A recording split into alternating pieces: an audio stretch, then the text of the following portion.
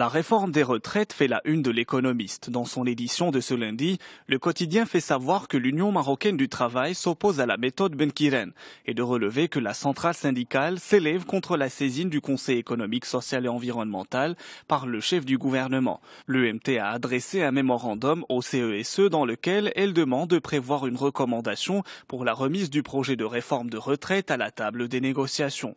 Aujourd'hui, le Maroc s'intéresse pour sa part au projet de loi relatif aux banques islamiques. On apprend que le CESE propose de favoriser la création d'un environnement intégré du système financier participatif. L'une des principales recommandations du Conseil est qu'il va falloir adopter d'autres amendements parallèlement à l'entrée en vigueur de la loi. L'horaire continu passe au scanner 9 ans après son application. Les Échos nous informent que le ministère de la fonction publique et de la modernisation de l'administration lancera le 9 septembre une étude pour évaluer le dispositif. Objectif, corriger les dysfonctionnements du système et réduire les dépenses courantes de l'administration.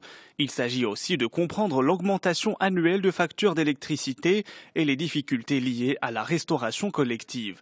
Le quotidien Le Matin revient pour sa part sur le 20e anniversaire de la fermeture des frontières entre le Maroc et l'Algérie.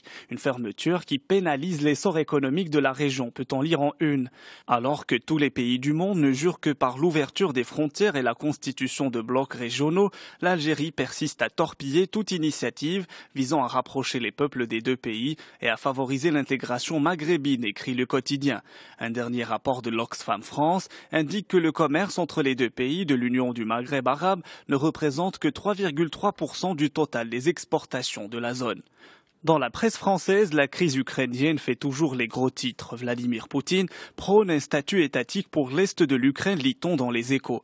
L'homme fort du Kremlin, qui jusqu'à présent prônait une fédéralisation pour les régions séparatistes orientales de Donetsk et de Lougansk, a évoqué hier l'idée d'un statut étatique pour les régions rebelles de l'Est de l'Ukraine. Libération parle de la menace d'une nouvelle amputation. Vladimir Poutine a joué carte sur table, commente le quotidien. C'est donc un nouveau pas dans l'escalade de la part de Moscou, qui intervient toujours plus directement afin d'aider les rebelles séparatistes dans l'est de l'Ukraine.